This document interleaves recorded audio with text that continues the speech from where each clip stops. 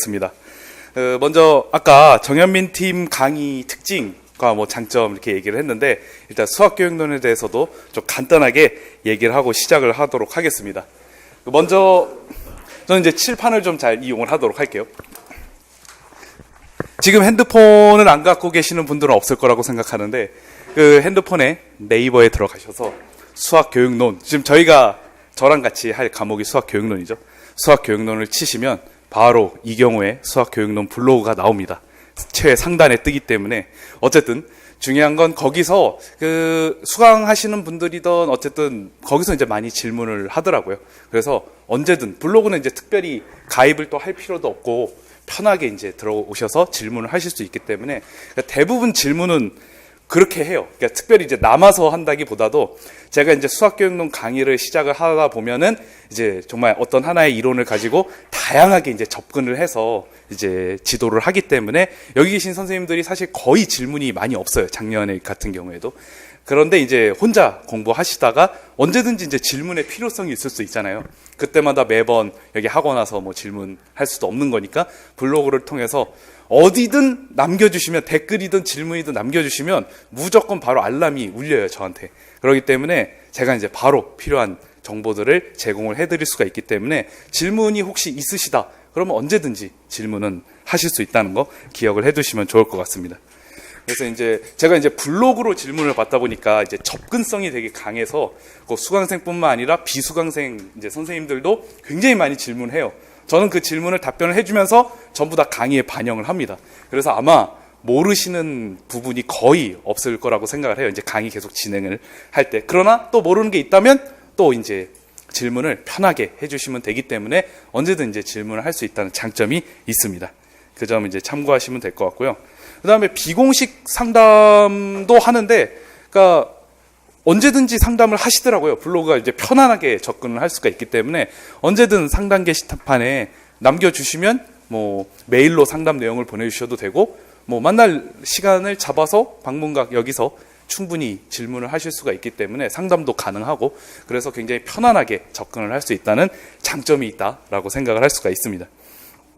그리고 상담 시간 얘기를 했고요. 뭐 저는 이제 팀 티칭까지는 할 필요 없고 제가 혼자서 모든 질문을 다 하고 강의 자료도 다 준비를 하기 때문에 이제 어떤 질문을 올리시면 전부 다 제가 답변을 해드립니다. 그래서 이제 저자 직강이라고 해야 될까요? 어쨌든 제가 직접적으로 이제 답변을 해드리기 때문에 모르시는 부분이 있으시면 계속 질문을 해주시면 될 것 같습니다.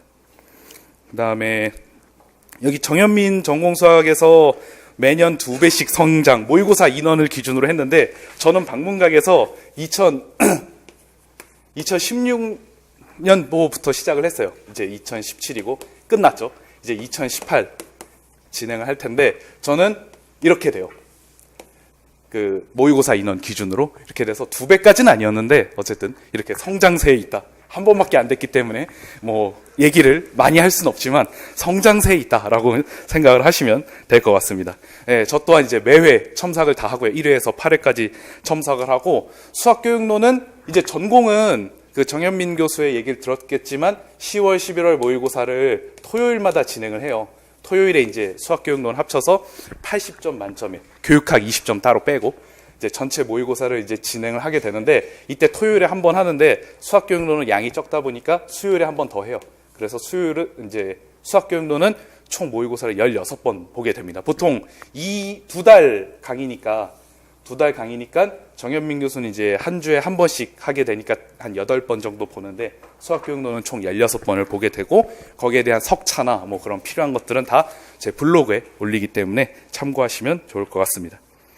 그래서 뭐 혹시 뭐 1, 2월에 수강을 하시다가 이제 대학생분들이 이제 수강을 하시면 1, 2월 수강하고 3, 4월부터는 이제 인강을 들으시는 분들이 꽤 있더라고요. 그래서 얼마든지 인강도 접근성이 좋아요. 질문하기가. 그러니까 인강도 직강처럼 할 수 있기 때문에 충분히 뭐 사정이 생기시면 인강을 들으시면 충분히 될 것 같습니다. 그래서 특징을 간단히 얘기를 했고요. 그래서 뭐 이번 얘기 끝나고 뭐 네이버에서 수학교육론 치시면 그 이웃 신청을 해 주시면 보시면 편안하게 제가 그리고 거기에 필요한 자료들을 또 올리기 때문에 충분히 공부를 개인적으로 하시는데도 도움이 될 거라고 생각을 합니다. 네, 그럼 이제 제 수학교육론 합격 전략 설명회라고 써져 있는데 2페이지로 펼쳐보겠습니다. 이제 고생해서 복사했기 때문에 프린트를 잘 이용을 하도록 하겠습니다. 그 2페이지 보면 일단 말씀드릴 것 중에 가장 중요한 건 수학교육론의 트렌드가 상당히 많이 바뀌었다는 것을 잘 아셔야 됩니다. 이게 굉장히 중요해졌어요. 크게 나누자면 수학교육론 전체 이론, 그러니까 뭐 여러 가지 사람들이 나오죠. 뭐 딘즈나 뭐 폴리아나 프로리엔탈이나 여러 어떤 수학교육론 학자들의 이론들이 이제 수교 이론이라고 한다면 교직 수학이라고, 그냥 좀 통합적인 말을 생각을 하다 보니까 이제 이런 느낌으로 이제 생각을 했는데, 이제 교재 연구라는 책이 여기 밑에 있어요. 여기 2페이지에 제가 책 그림으로 해놨는데 아마 보셨을 겁니다. 수학교육학 신론하고 교육과정과 교재 연구 봤을 텐데 이 두 가지는 거의 한 80% 정도는 여기서 출제가 돼요. 근데 교재 연구에서만 나오는 게 아니라 이번에 2018학년도에서는 굉장히 교과서나 지도서, 그 다음에 교육과정에서 문제가 상당히 출제가 됐어요.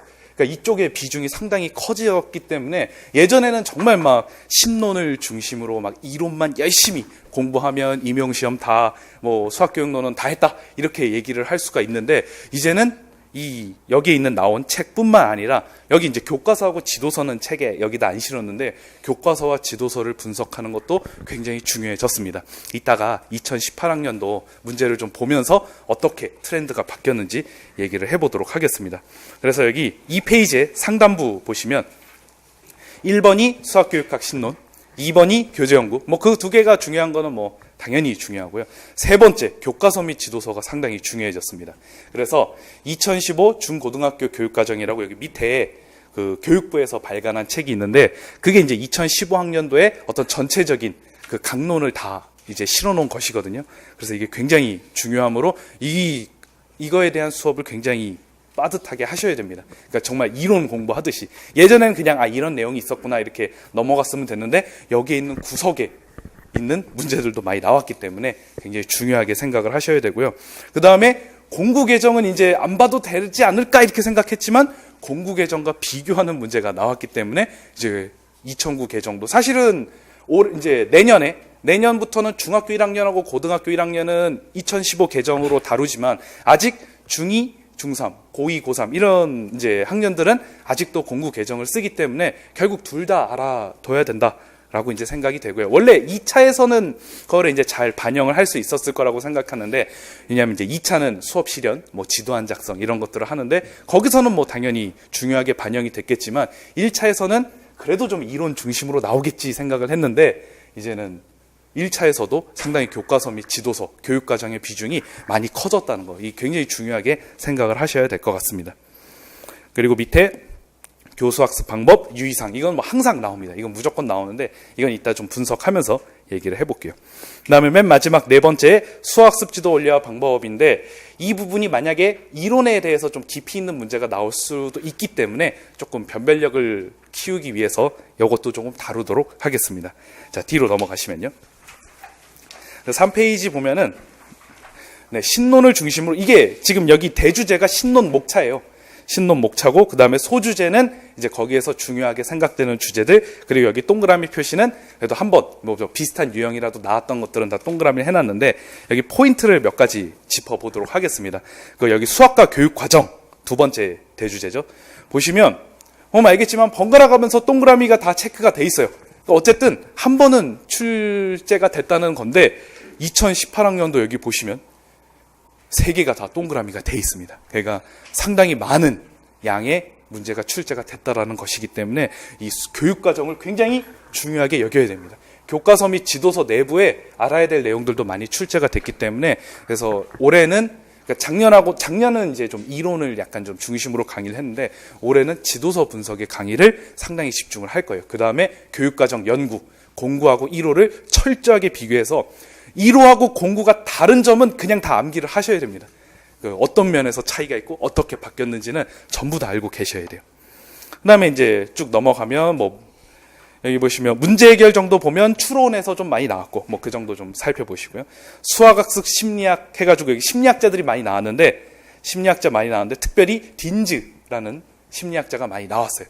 딘즈. 그러니까 딘즈가 특별히 다른 심리학자들하고 다르게 수학 교육에서의 어떤 정말 특별한 이론들을 많이 얘기를 해서 출제 가능성이 좀 높다는 거 생각을 해두시고요. 그다음에 쭉 가면 이제 그다음에 수학 교수학습 이론에 프로이덴탈이라는 사람이 있는데 이 프로이덴탈이라는 분은 그 전공 수학에서 가우스와 비견될 정도로 수학 교육론에서는 거의 뭐 그냥 수학 교육론의 왕자, 뭐 그냥 굳이 표현하면 이렇게 생각하시면 됩니다. 이 사람의 이론을 거치지 않은 것이 상당히 거의 없어요. 그러니까 굉장히 중요하신 분이라고 할 수가 있겠죠. 그다음에 여기 뭐 극단적인 교수학적 현상이 좀 있죠. 여기 소주제인데도 불구하고 상당히 많이 나왔어요. 그다음 수학 교수학습 이론에 보시면 밑에서 두 번째 대주제예요. 보시면 극단적인 교수학적 현상도 좀 많이 나왔어요. 이거는 좀 나중에 얘기를 하도록 하겠습니다. 그래서 뒤로 넘어가시면 네. 그 다음에는 이제 교재 연구를 중심으로 또 했는데 여기 수화연산 6개의 주제가 있어요. 수화연산, 대수, 함수, 기하와 증명. 이거는 교재 연구 목차를 그대로 따왔고 여기 보시면 소주제들을 보시면 교과서에서 많이 출제가 됐습니다. 그러니까 교과서를 부분을 보시면 교과서 부분이 꽤 많이 동그라미가 쳐져 있음을 알 수가 있어요. 요거는 그냥 한번 참고하시면 될 것 같고요. 자, 뒤로 넘어가겠습니다. 5페이지. 수학교육론은 90년대까지 갈 필요는 없어요. 그 기출을. 그 02 정도부터, 그러니까 02부터 그러니까 지금 18학년도까지 기출만 철저하게 분석하면 트렌드는 다 파악을 하실 수 있을 거라고 생각하고 특별히 최근 5개년 기출 문제가 중요해서 여기 수학교육론의 배점과 함께 여기 문제가 몇 문제 나왔는지 5페이지 상단부에 기록을 해놨습니다. 보시면 알겠지만 수학교육론 아까 정현민 교수가 얘기했던 게 전공수학이 9과목이라 그랬죠. 그 다음에 수학교육론이 1과목, 교육학이 1과목. 자, 그럼 전공수학이 9과목인데 56점이죠. 수학교육론이 지금 24점이니까 한 과목인데 24점이에요. 그러면 비례식을 하면 뭐가 더 중요한가? 지금 안 계시니까 얘기하는 거예요. 어쨌든 뭐가 더 중요한지 확실히 파악할 수가 있겠죠. 정말 수학교육론이 정말 중요하다. 뭐 이런 얘기를 어차피 이게 중요하다. 이 얘기를 꼭 하고 싶었습니다. 그래서 24점. 거기에 16, 17, 18학년도를 보시면 논수령이 수학교육론에서 꼬박꼬박 나왔는데 아마 이거 내년에도 그럴 가능성이 여기 2018학년도예요. 약간 오타가 났는데 맨 마지막 거. 2018학년도까지 이게 논수령이 꼬박꼬박 수교론에서 나왔어요. 그러니까 논수령은 아마 내년에도 수교론에서 나올 가능성이 높고 왜냐면 이게 전공에서 논수령을 내봤자 여기 계신 선생님들이 합격해봤자 쓸 데가 없어요. 뭐 전공 논수령 10점 다 맞아서 중고등학생들을 잘 가르칠 수 없잖아요. 그러니까 수교론에서 논수령을 잘 풀어야 또 이게 나중에 그게 직접 적용이 돼요. 실제 논수령은 실제로 적용할 수 있는 문제들을 많이 출제를 하기 때문에 굉장히 중요도가 있다. 아마 내년에도 수교론에서 나올 가능성이 매우 높을 것 같아요. 그래서 이제 재작년 제가 처음에 2016학년도 처음에 시작했을 때 그 논수령을 어디서 낼까 이제 정현민 교수하고 연구를 하다가 이제 정현민 교수 쪽에서 논수령을 좀 더 많이 내자 이렇게 했었는데 올해는 수교론에서 좀 더 많이 내자 이렇게 바뀌었고 아마 내년에는 수교론에서만 하자 뭐 이렇게 할 것 같아요. 논수령을. 전공에서는 거의 논수령을 안 낼 것 같아요. 그래서 수교론이 24점 아주 중요하다는 거 기억을 해두시기 바랍니다. 여기서 22페이지로 넘어가서 2018학년도 문제를 조금 볼게요. 22페이지죠.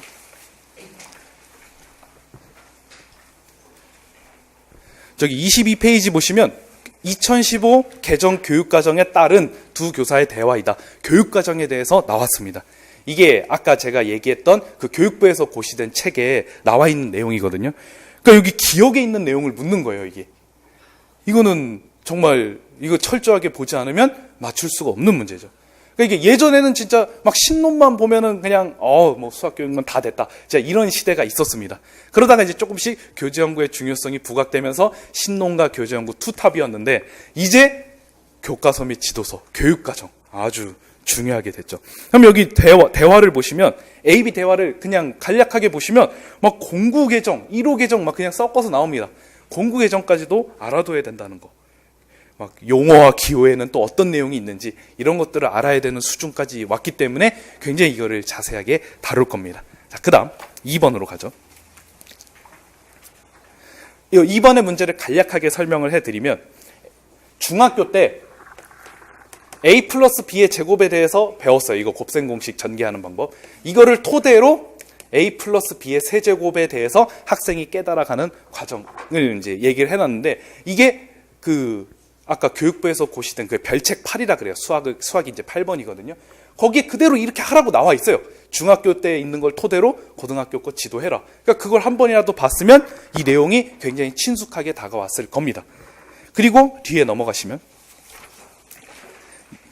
24페이지 문제 보시면 비고치키의 이제 비계 설정 이거 이론인데, 이거 제가 모의고사 마지막 8주차에 비고치키하고 요 비계 설정에 대해서 출제를 했는데, 모의고사를 풀어보신 분들은 충분히 다 서술을 했을 거라고 생각을 합니다.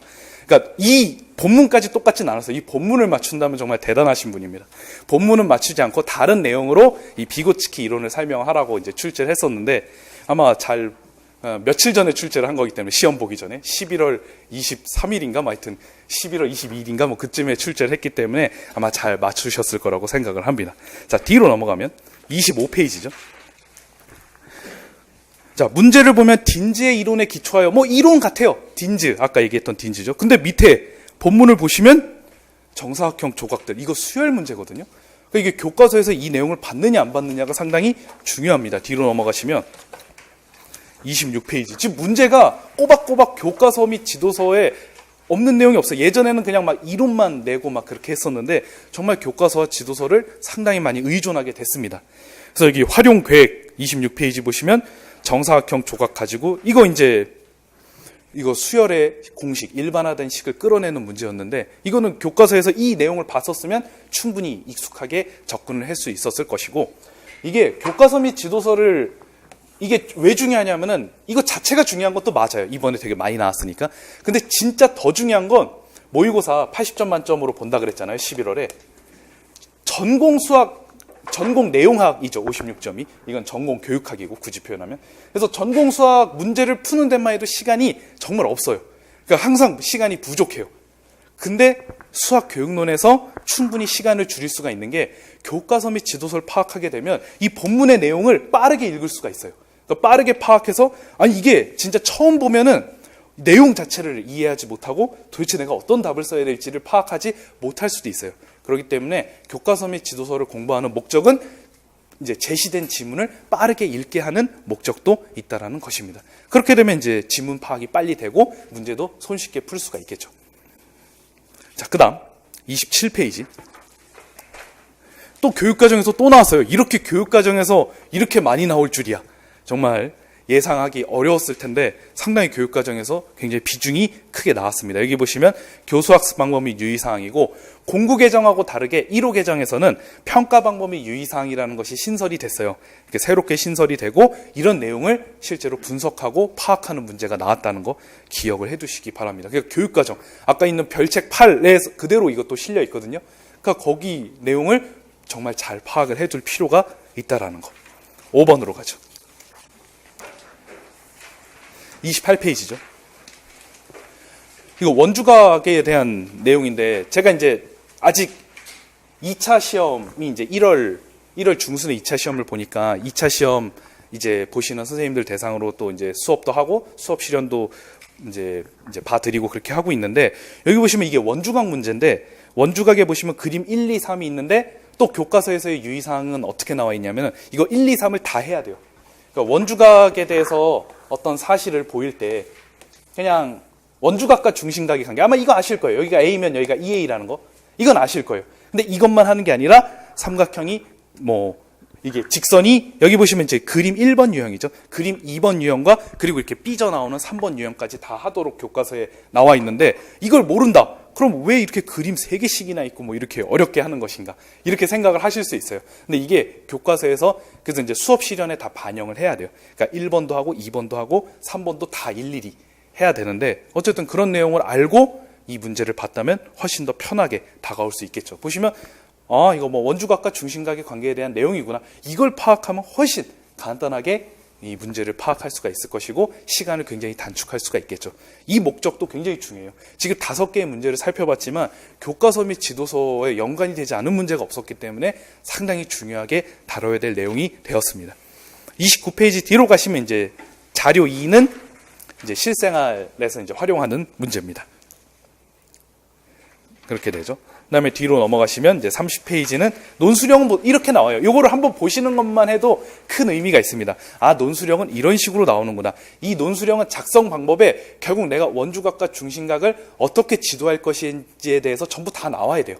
물론 여기 작성 방법에 있는 것을 따라가면서 실제로 이거는 실제 수업 현장에서도 그대로 적용하기 효과적인 내용을 출제를 하기 때문에 그러니까 논수령, 수교론 논수령만큼은 정말 현직 이제 합격하고 나서도 굉장히 중요한 역할을 한다. 이렇게 생각을 하시면 될 것 같습니다. 그래서 여기 보시면 뭐 사회적 구성주의 뭐 여러 이론들이 있죠. 뭐 수학학, 가정 이런 거 모의고사 때 다 한 번씩 다뤘던 내용이라서 충분히 푸실 수 있었을 거라고 이제 생각을 하고요. 그래서 제 수업을 끝까지 잘 들으시고 모의고사까지 충분히 풀어보신다면 뭐 거기에 벗어나는 문제는 없었기 때문에 충분히 잘 하실 수 있을 거라고 이제 생각을 합니다. 그러면은 계속 분석 6페이지로 가도록 하겠습니다.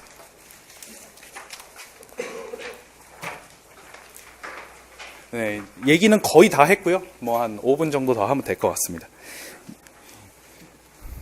네, 6페이지 이제 출제 경향 분석 계속되는데 그 공구 개정의 중점 영역은 문제 해결, 추론, 의사소통이었는데 이게 3가지가 중요했는데 1호 개정에선 3가지가 추가가 됐어요. 정보 처리, 창의 융합, 태도 및 실천이 추가가 됐는데 이 6가지에 대한 설명을 좀 여기 구체적으로 다뤄놨습니다. 이 6가지는 정말 1호 개정에서 수학, 특별히 이제 수학과 교육과정 1호 개정에서 핵심을 뚫는 이 6개이기 때문에 잘 알고 계셔야 됩니다. 이제 7페이지로 가서 이제 연간 강의 계획이 어떻게 되는지 말씀을 드리도록 하겠습니다. 어쨌든 작년에 비해서 그 전공은 그냥 작년 거의 비슷하게 가시는데 이 수학교육론은 전면적 변화를 했습니다. 전공이 지금 일수토 이제 이렇게 강의를 하셨는데 그래서 수학교육론은 목, 금에 강의를 해요. 거기 딱 비어있는 시간대 골라서 목, 금에 이제 강의를 하게 되고요. 7월부터는 정현민 교수가 주 1회밖에 강의를 토요일밖에 안 해요. 그래서 이제 하반기 7월부터는 수, 금 이렇게 이제 강의를 하게 됩니다. 다 2번씩 돼 있죠. 그래서 1, 2월을 보시면 수교이론 기본반이 있고 교직 수학 기본반이 있는데 수교이론 기본반은 이제 신론을 중심으로 거기에 있는 내용이 이제 있는데 거기 있는 이론은 이제 신론을 보시면 알겠지만 이론을 이제 열심히 이제 기록을 해놨어요. 근데 거기에 대한 실제 교과서나 지도서나 그런 예들을 다양하게 접근을 해서 이렇게도 접근해보고 이 이론에 대해서 저렇게도 예를 들어보고 다양하게 접근해서 한마디로 완전하게 이해할 수 있도록 정말 기본에 대해서 완벽하게 파악할 수 있도록 지금 일단 트렌드는 이론은 어려운 건 안 나왔어요. 이론은 사실 기본적인 거에서 대부분 나왔습니다. 이제 어려운 건 안 나왔는데 그리고 교과서에서 상당히 많이 출제가 됐어요. 그러니까 트렌드가 이론은 약간 조금 쉽게 하지만 교과서 및 지도서와 연계성은 강하게 지금 이렇게 트렌드가 돼 있는데 이게 또 어떻게 또 뒤통수를 맞을지 몰라요. 그래서 이론에서 심화 부분이 안 나온다고 할 수도 없습니다. 그러니까 이론은 이제 기본적으로 신론하고 교재연구 보면 충분히 다 쓸 수 있는 문제들 골라서 이제 나왔었는데 충분히 심화된 이론이 나올 수도 있기 때문에 그래서 이제 3, 4월에는 이제 심화반을 준비를 했고요. 그래서 1, 2월은 진짜 기본적인 거 교직 수학 이제 상담하는 거 많이 얘기를 하시는 걸 들어보면은 교직 수학 처음 보면은 막 왜래요? 막 그렇게 느끼시는 분들이 굉장히 많더라고요.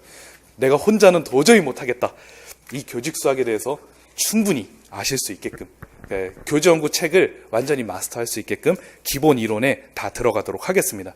근데 이제 신론이 대단원으로 7단원이 있고요. 교직 수학, 교재 연구죠. 교재 연구는 6단원이 있어요. 그러니까 교재 연구가 조금 적은데 이때 교재 연구에서 반드시 추가될 내용이 바로 공구 개정과 1호 개정 비교 내용이에요. 이게 진짜 이거 중요하게 할 겁니다. 진짜 공구하고 1호가 어디서 어떻게 달라졌는지를 전부 다 말씀을 이때 드리도록 하겠습니다. 그래서 1, 2월 강의만 충분히 수강을 하시면 한 80%는 임용 준비를 할 수 있게끔 얘기를 할 거고요. 이제 3, 4월에는 심화. 심화는 수학습 지도 원리화 방법에서도 상당히 도움이 되는 것들이 있어요. 이거 나올 만한데 왜 이건 안 나왔을까? 이렇게 생각되는 부분만 끄집어서 할 거예요. 여기 수학습 지도 원리화 방법 교재는 제가 앞에 그림으로 이제 실어놨는데 이 책이 다 할 필요는 없어요. 왜냐하면 진짜 시임도가 높은 책이기 때문에 이 정도까지는 최근 임용이 안 나와서 거기서 이제 발췌해서 제가 프린트로 이제 뽑아서 다룰 거고요. 신론은. 그리고 이제 교재 연구나 이제 신론에서 이게 난이도가 좀 높은데 지금까지 출제 가능성은 없었지만 만약 이론을 좀 더 심화해서 내면 나올 수도 있지 않을까, 이런 문제들을 또 골라서 3, 4월에 다 담을 거예요. 그래서 아마 3, 4월까지 하시면 1, 2, 3, 4월 하시면 수학교육론에 대한 어떤 임용 준비는 다 끝났다고 보시면 돼요. 그리고 옆에 보시면 지도서 분석, 중학교의 이론 분석을 8주 동안 정말 차분차분하게 정말 분석을 할 거예요. 이게 굉장히 중요하게 됐기 때문에 중학교 지도서를 꼼꼼하게 분석을 할 거고, 특별히 중학교 1학년은 1호 개정으로 싹 다 바꿀 건데, 근데 문제는 그냥 바꾼 것만 하지 않고, 물론 중학교 1학년은 1호 개정으로 하니까 공부하고 그렇게 연계될 필요는 없지만 어쨌든 그래도 공부 내용 조금씩 이제 첨가해 가면서 지도를 하도록 하겠습니다.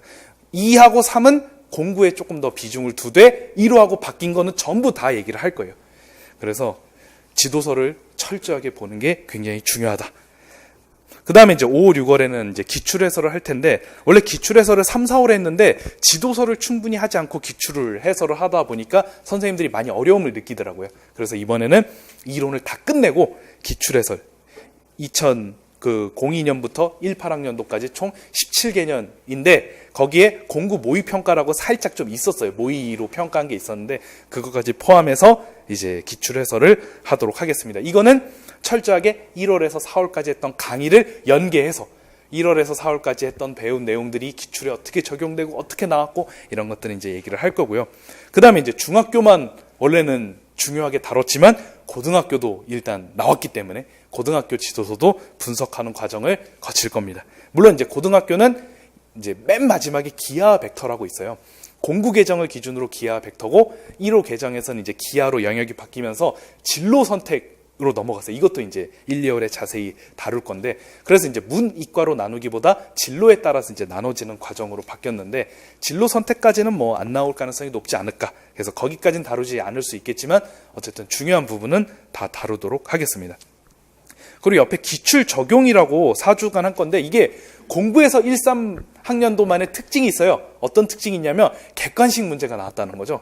이 객관식 문제 중에서도 상당히 이게 굉장히 좀 버리기 아깝고 굉장히 중요하고 좋은 문제들이 많이 있는데 이걸 썩혀둘 수 없다. 그래서 이 객관식 문제를 서술형으로 바꿔서 이때는 이제 실제로 문제를 풀어보는 시간을 갖고 첨삭을 해드릴 거예요. 이때는. 그래서 실제로 객관식 문제 아까우니까 버리지 말고 서술형으로 변환해서 문제를 풀어보고 첨삭을 받아보시면 될 것 같습니다. 이렇게 되면 이제 하반기에는 이제 문제풀이 이렇게 하겠죠. 문제풀이반은 역시 주 2회로 진행이 되며 앞에 부분 이제 수요일 금요일이죠. 하반기니까. 그래서 수요일에는 이제 이론 중심, 그 다음에 이제 금요일에는 이제 교과서 및 지도서 좀 중심, 이렇게. 물론 섞어서 나올 수도 있기 때문에 약간 좀 비중이 높은 쪽에 그렇게 문제를 배치를 할 거예요. 어쨌든 다 다룬다는 얘기죠, 결론은. 그리고 9월은 이제 단기 완성. 진짜 이 9월에서는 지금까지 이제 이론을 배우긴 했는데 내가 공부할 시간이 부족하거나 정말 내가 많이 못했어요, 수학교육론을. 이게 보시다 보면은 이제 수업은 듣는데 제가 이제 수업만 들으면 이제 다 할 수 있게끔 수학교육론은 짜놨지만 이게 너무 전공 수학에 머리가 가득 차서 수교론을 다 까먹으시는 분들이 있어요. 그런 분들을 위한 강의가 9월입니다.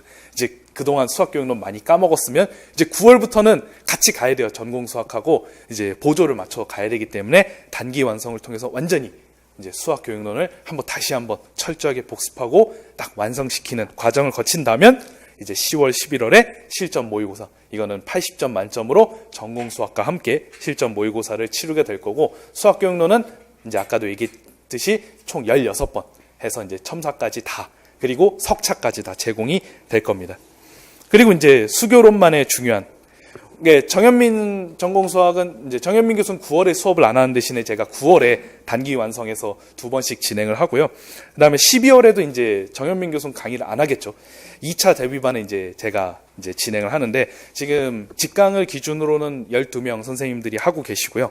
그다음에 인강까지 포함하면은 이제 저는 이제 인강도 첨삭을 해서 인강도 이제 개설을 했어요. 그래서 직강 적절하게 인원 받고 인강도 이제 받고 이제 진행을 했는데 그래서 이제 지도안 작성 이게 각 지역마다 지도안 작성을 하는 데가 있고 안 하는 데가 있어요.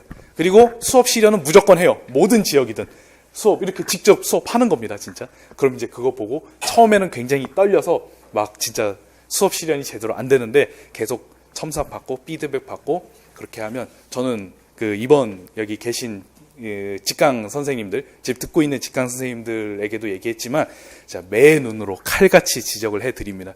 이게 마음의 상처가 될 수는 있겠지만 이게 교정하지 않으면 진짜 안 되기 때문에 그래서 아주 칼과 같이 마음을 정말 칼로 이제 베이는 그런 이제 지적을 해드립니다. 그래서 아마 큰 도움이 멘탈만 괜찮으시다면 큰 도움이 될 거라고 생각을 하고요. 그다음에 경기 지역은 수업 나눔이라고 따로 있어요. 그래서 경기 지역 이렇게 하시는 분들은 참고하시면 될 것 같습니다. 그 다음에 8페이지의 수교론 공부 계획은 한번 집에서 천천히 보시면 될 것 같고요. 그 다음에 9페이지. 9페이지가 이제 마지막 페이지가 되겠네요. 그래서 여기 1, 2월 이제 수학 교육론, 수교 이론 중심, 그리고 교직 수학 기본 이렇게 해서 이제 시간표가 돼 있고요. 그 9시 반부터 10시까지는 이제 아까 정현민 교수가 얘기했듯이 피드백을 할 겁니다. 몇 문제 이렇게 풀어보는 것을 통해서 이제 1주차는 OT로 진행이 되고 2주차부터는 지난 시간에 배웠던 것들을 좀 복습하는 측면에서 문제를 풀어보는 시간을 가질 거고 이렇게 수업이 진행이 됩니다. 그 다음에 질문 및 상담하고 사실 여기 추가 상담 시간을 만들어 놓긴 했는데 여기까지 계신 분은 거의 없긴 했어요. 이게 왜냐하면 일단 수업에서 거의 다 끝나고 그 다음에 언제든지 뭐 블로그에서 질문을 할 수 있기 때문에 어쨌든 만들어는 놨으니까 여기서 필요한 내용들을 다 이제 상담을 하시면 될 것 같습니다. 그리고 여기 9페이지 맨 밑에 보면 이경호 수학교육론 블로그 밑에 주소는 있는데 그냥 네이버에 치시는 게 편하실 겁니다. 거기서 막 이유 신청 같은 거 하시면 이제 제가 어떤 걸 올리면 알림이 오시겠죠? 그럼 도움이 많이 될 거라고 생각을 합니다.